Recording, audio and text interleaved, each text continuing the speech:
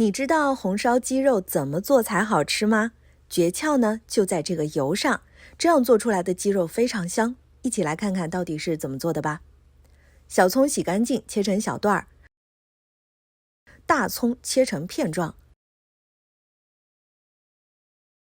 洋葱也洗干净，同样切成片。锅内倒油，油可以稍微多一点。放入切好的洋葱片，先把洋葱片呢炸一会儿，等洋葱片透出香味之后，就倒入大葱和小葱段，用铲子翻动翻动。炸葱油的过程当中，需要用铲子和筷子翻动，火力不要太大，避免炸糊了。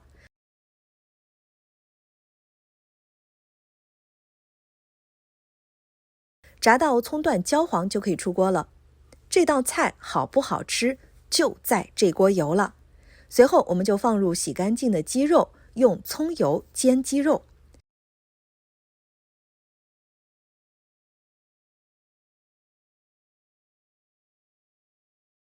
煎的过程当中需要多次翻面哦，避免煎焦了。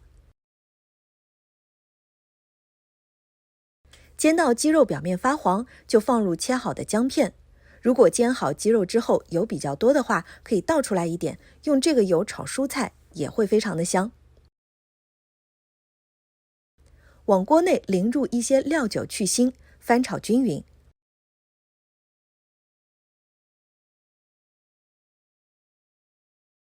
料酒挥发之后呢，就倒入酱油，放入一小把的冰糖，翻炒均匀。炒到鸡肉表面都均匀地裹满了酱汁，再倒入一小碗清水，盖上锅盖焖制，大火烧开之后转小火。等锅内的汤汁浓稠，加盐调味，翻炒均匀，用大火收汁。等锅内的鸡肉表皮都裹满了酱汁，撒上切好的葱末，翻炒均匀就可以出锅了。也可以淋入一点刚才熬好的葱油，增香提亮。真的是特别的好吃，所以快收藏做起来吧。